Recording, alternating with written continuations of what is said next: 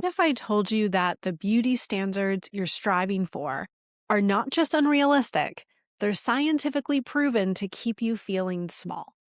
Today, we're peeling back the layers on how toxic beauty standards infiltrate your mind, your biology, and your sense of worth. We're going to unlearn the lie that there's something wrong with you so you can finally feel at home in your own skin. I'm Kristina Bruce. I'm a body, peace, and self-trust coach. I help women break free from the relentless pressure to look a certain way so they can actually live their lives without dieting, without obsessing, and without needing to change who they are. If you're ready to reclaim your headspace from these harmful beauty standards, you're in the right place. We hear the phrase toxic beauty standards, but what does toxic actually mean? It means that it's harmful, it's dangerous, and it's weakening in some way. And when we're looking at beauty standards, toxic beauty standards, I see that there's two different ways that we can look at this. The one is on the physical side, what it's actually doing to our bodies. And the other is the mental and emotional side, which actually is also doing stuff to our bodies too. But if we're going to begin and look just quickly at the physical side of things, we know that what we're applying to our body and our skin, there's actually a lot of very standard run-of-the-mill beauty products, makeup that contain harmful chemicals like parabens, phthalates, PFSA, those forever chemicals that have shown to cause endocrine disruption and reproductive harm. So it's not innocuous when we start looking at these beauty standards, and when that involves makeup and certain products, it is actually having a real physical effect on our bodies.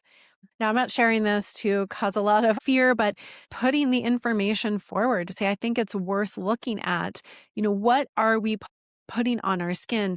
Things that we're told are safe and normal are actually having physical effects on us. Now, obviously, there's companies now that are producing these products that remove some of these chemicals. They're not as toxic for our system, which is great. But I think that what we want to do is shift our focus to the mental, emotional toxicity that's getting created when we feel that we need to abide by societal beauty standards in order to feel okay. We may be actually engaging in activities using products that we don't necessarily need to or want to, but we do because we feel like we have to. If we're just looking generally, beauty standards can seem harmless. I mean, we've had beauty standards in our society for ages, and we can even sometimes see them as helpful because the truth is when we are closer to meeting those standards, we are validated for them. But meeting these social standards and getting this validation can come at a deeper cost. And that's what I want to get into more deeply today. Now, I actually decided to go makeup free for this episode, not because wearing makeup is wrong. I actually wear usually some light makeup most days, especially working from home. It kind of gives me this sense of I'm actually starting my day by putting on makeup versus just being home all day wearing sweats. And wearing makeup can be really fun and it's a creative expression. I mean, we just have to look at children and they want to put on their mom's makeup and dress themselves up because it's really fun to do that. So I'm not pinning wearing no makeup or wearing makeup as right or wrong or good or bad, but really just to challenge something that we rarely question, which is this unspoken rule that women are always supposed to show up polished, covered, corrected, put together before we're allowed to be seen. Or that showing up natural is somehow unprofessional. I remember I always used to be annoyed at seeing how men can just show up barefaced every day and are totally professional. But if women do it, there's this underlying idea that they're lacking professionalism. And that's because the focus and value of women in our culture has always been put on appearance. Heaven forbid we show up with dark circles under our eyes or blemishes on our skin. We're taught that we need to hide being human. What does that pressure do to our mental health. When we're always feeling that how our skin or our body naturally is somehow flawed or not good enough. That's really just an idea that we've all bought into. I mean, I'm sure you've recently heard how Pamela Anderson has started going makeup free. And there was even that time several years ago where Alicia Keys showed up at the VMAs without makeup, and it became headline news. Not because they did something outrageous, although I guess that was kind of outrageous when the whole standard has always been that when you go to a gala event or you show up in public as a celebrity, you're always done up with full makeup. But it was outrageous because they stopped performing the cultural expectation. So it was shocking to us, but all they did was just show up as themselves, as a barefaced, natural looking human woman. And that was shocking. It just shows how deep this conditioning goes for women to always be done up, to be flawless looking, to have some sort of embellishments on their natural features as if their natural features are not enough. So that's why I really wanted to show up fresh-faced today. Of course, you can only see that if you're watching on YouTube, as a way to just highlight how quickly we default to this idea that we should cover up or enhance ourselves just to be considered presentable. There's no shame in looking your natural human self, but so many of us have adopted this idea that showing up natural face is not okay. As a woman, because like I said, men can do it all the time, but there is a standard that's put on women that we have to look somehow embellished or more than what our face naturally is. My coaching clients know that I often show up to our sessions intentionally not done up as a way to just help them have permission to say, hey, you can just show up as yourself. This is all about questioning beauty standards and working on body image. And it's not to say that I won't show up with my hair done and makeup on, but I like to also sometimes show up to our sessions with a hoodie on and bare face to say, hey, this is not better or worse or right and wrong. It's just different. I can still be professional. We can still do really deep work without having to put on a performance or a certain appearance. Now, I don't think that we can talk about cultural beauty standards without also talking about thinness. This always hasn't been the case. We know that historically and cross-culturally, there's been different beauty standards as it comes to body size. Right now, at the time of this recording, in this day and age, and it will probably be like this for a while, thinness or having a smaller body is seen as a beauty ideal. And yet, chronic dieting, the way that we are constantly trying to control and manipulate our bodies in order to keep them smaller, has real long-term health consequences. And that's something that personally really kind of irks me and gets me revved up, because going on this body peace journey has always been for me about health and wellness. A far cry from letting go or not caring because I'm not focused on weight. I did all of that. I focused so much on weight and my health, and it was a detriment. I used to get so many more colds and sickness when I was suppressing my weight, and I was always stressed and worried about what I was eating and weighing myself on the scale. Chronic stress is associated with 90% of health conditions.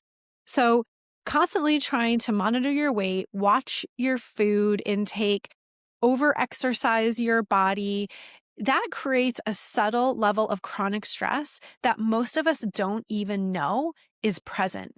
It's like a refrigerator humming in the background. You don't know that it's running until all of a sudden it shuts off and then there's this quiet. That's actually what it can be like when we stop finally suppressing our weight and fixating so much on controlling and managing our body. We don't realize subtle undercurrent of stress that was there when we were doing it. So chronic dieting, yo-yo dieting, weight cycling, research is now showing the very act of doing that increases the risk of cardiovascular disease, insulin resistance, and a lower metabolic rate. For those of you who are like, I need the scientific proof on what you're saying, I'm going to be linking some research notes in the show notes, so you can go ahead and look at that.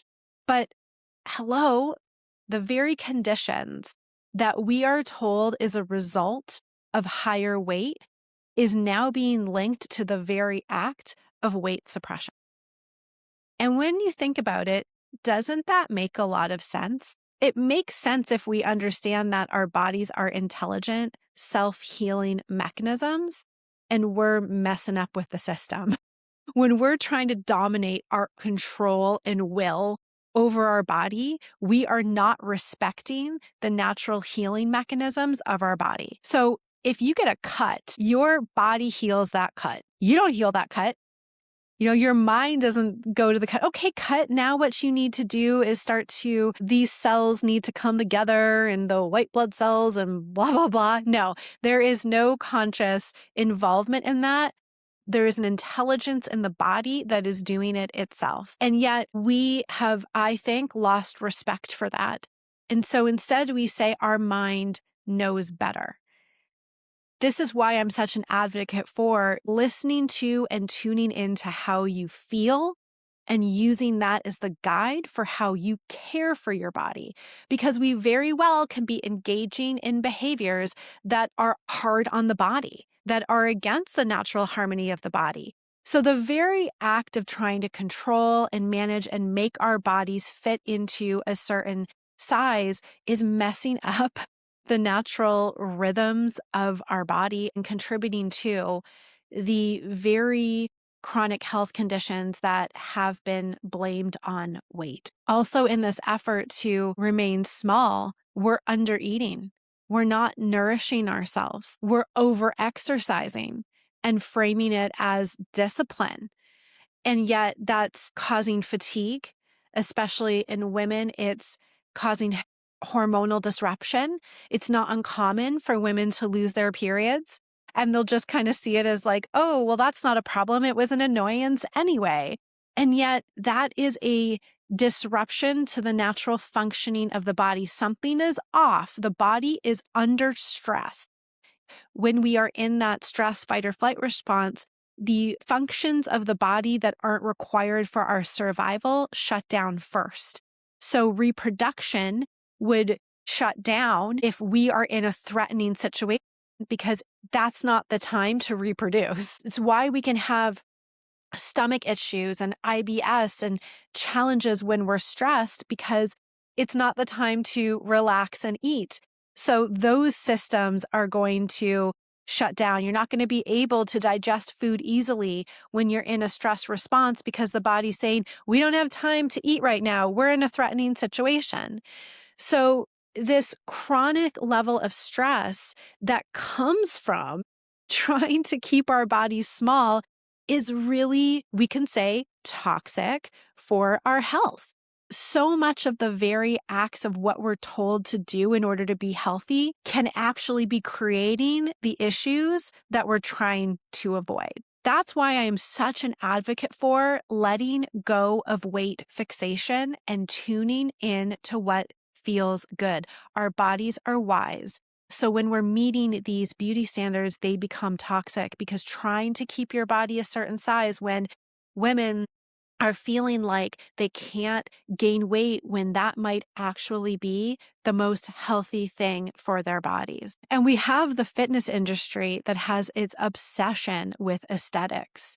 So much of the fitness industry is not really about well-rounded, holistic health. It's about meeting a certain physical ideal. You're working out and exercising so you look toned, not so that you're necessarily feeling healthy. And the truth is that the medical system is very weight biased. It is absolutely infused in the weight paradigm. But what it's inadvertently doing is fueling the sense of shame and a mistrust of our own bodies when it has this protocol or this idea that says, no, your body can only be within this certain range. I personally know people who are thin. I know somebody who is a marathon runner and struggles with high blood pressure. I know somebody who works out a lot and really cares about what they eat and struggles with high cholesterol. And yet nobody is blaming their body size for it. And yet they still have the chronic health conditions that are blamed on people in a bigger body size. So we're really missing the mark here. When these beauty standards are so focused on having a certain body size, it actually harms our health because we cannot then be in tune with our body and let our body do what it needs to do naturally to be at its healthiest if we have to impose our will or a certain standard on it. It means we're going to go against what might actually be the most healthiest for us at a certain time in order to keep our body size looking a certain way. And what I think is one of the most toxic ways that these beauty standards harm us is when it comes to our self-worth. It's really these subtle daily moments of walking past a mirror and just feeling that contraction, feeling this little hit of shame or I'm not good enough. It's like putting yourself down on a micro level every day. It's like hitting yourself every day. That is going to hurt you. That is going to weaken you. But even meeting the beauty standard doesn't mean that you're not still affected by it, because many women who are models or celebrities can still feel insecure about their appearance. And I know this from my own experience of having met the beauty standard. I never felt like I met the beauty standard. I look back on photos of myself when I was at my thinnest and would have quote unquote made it. And I had no idea that that's how I looked because all I was doing was constantly looking at myself through the lens of criticism and never feeling like I was enough because I would still compare myself to the woman who was smaller or prettier. So even if you meet the standard, that doesn't mean that it excludes you from it. You can still absolutely be beating yourself up all day thinking you don't look good enough, even when you meet the standard. So it doesn't save you from that self-criticism. And here's the thing, negative self-talk invokes a system-wide stress response. There was a professor, Dr. David Hawkins, who was really famous for doing muscle testing, mind muscle testing. So it was a behavioral kinesiology approach that he would be able to test that when someone had a positive thought about themselves, their muscles were physically stronger. And when they had a negative thought about themselves, their muscles weakened. Putting ourselves down in this way has a real effect on our biology. So I think it's worth spending the time to try to free ourselves from it so we can be overall healthier and happier in our lives. The emotional contraction that we feel when we don't feel good enough based on how we look literally pulls you out of your personal power, both physically and emotionally. You're not going to be able to show up or feel confident and empowered when you're constantly being hit, right? It's going to weaken you. So we have this idea that if my body is different, then I'll feel confident. But I'm sure you've had experience of meeting a certain goal and feeling confident, but only for a little while, because then you had to keep it. Or as I shared in my story, even meeting that, I still never felt confident. And if anything else, it's a trap. It just kind of keeps you going around in this circle. And beyond that, beauty standards keep changing. So you could meet it one day and not the next. It's just fueling this constant level of insecurity. Quick interruption. We've all been there. You're having a great day until you see a photo of yourself, and suddenly you're spiraling. You start picking yourself apart, and the inspiration you felt 5 minutes ago from this episode, it seems to have disappeared. Here's the truth. That dissatisfaction isn't your fault. It's conditioning. But that conditioning can be really hard to unlearn on your own. That's why I'm inviting you to a free Body Peace Clarity Call. This is a dedicated space for us to look at exactly where you're getting stuck, and more importantly, to see if my coaching support is the right fit to help you finally break that cycle.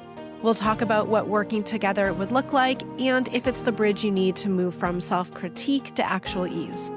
There's no pressure, just a real conversation to see if this is your next step. You can book your spot at the link in the episode description.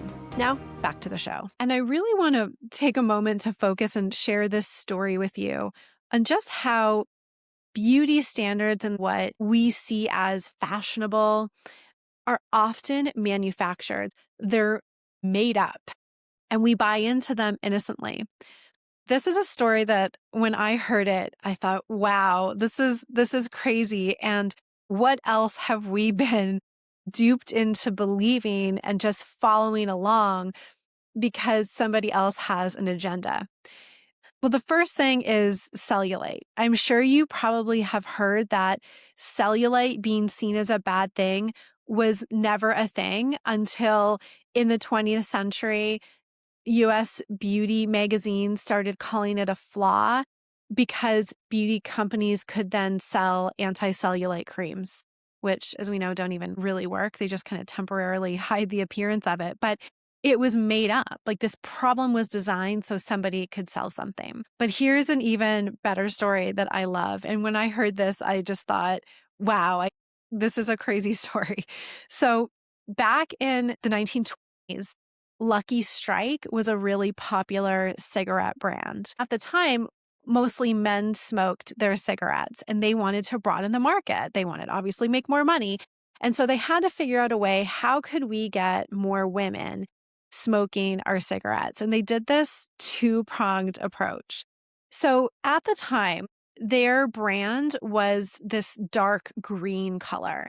And it was really expensive to change the packaging of the cigarettes. So they thought, how could we make this green color more popular? So women will want to be holding and having our cigarettes because it matches now their outfit, because that was a thing, right? Everything wanted to look put together and good. And this color was just seen as not a good color. And so women were turned off by it. So they put together this PR strategy where they hired fashion designers, magazine editors, interior designers, and got socialites on board to coordinate this massive PR push to make Lucky Strike green the color of the season. They organized this massive high society event called the Green Ball.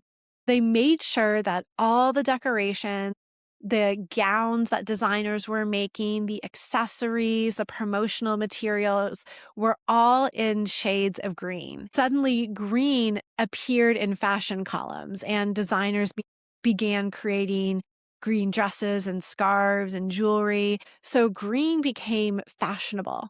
It started to immerse into the collective consciousness. And now that all of a sudden made this association between green and the packaging of Lucky Strikes. Now, to really tie this in, they hired some socialites to march in the New York Easter Parade, openly smoking Lucky Strike cigarettes. And this was the time of women's liberation. And so they called them torches of freedom. They were making this positive association between green and the packaging and being fashionable and high design, but then also this idea of liberation and freedom. And it totally worked. And they were able to get more women to start buying Lucky Strike cigarettes. So if we look around now at beauty standards today, what is it that we are thinking is beautiful that has been totally manufactured and we have no clue of the machine behind it that is having us believe what is beautiful and what is not? Because the truth is, if you look at a child, they are going to be able to see beauty in so many things. They are going to be able to see beauty in all different body sizes because they've yet to be indoctrinated to believe that only looking a certain way is beautiful. Now, as I mentioned before, when we feel like we need to look a certain way in order to be acceptable, our energy collapses. So there was this Japanese scientist, Masaru Emoto, and he did this famous water experiment. You might have come across it, where they labeled jars in certain words. Some were positive words and some were negative words. And they would speak these words to this jar of water. And then they would look at the structure of the molecules after, I don't know how long it was, a while that these words had been spoken. And they noticed that the water molecules that were spoken, positive words, were very harmonious in structure. And the ones that were spoken, negative words, were very disorganized and chaotic. So when I was talking earlier about that constant subtle criticism that we're saying to ourselves every time we look in the mirror or when we step on the scale, that is having a real physical, emotional impact on our system. It's harmful to our system. We may not even be realizing that when we strive to meet a certain beauty standard and we think it's making us feel better, it's only because we have this belief in the beginning that said, I'm not good enough as I am. So of course, we're going to reach for that relief, but it's only ever temporary.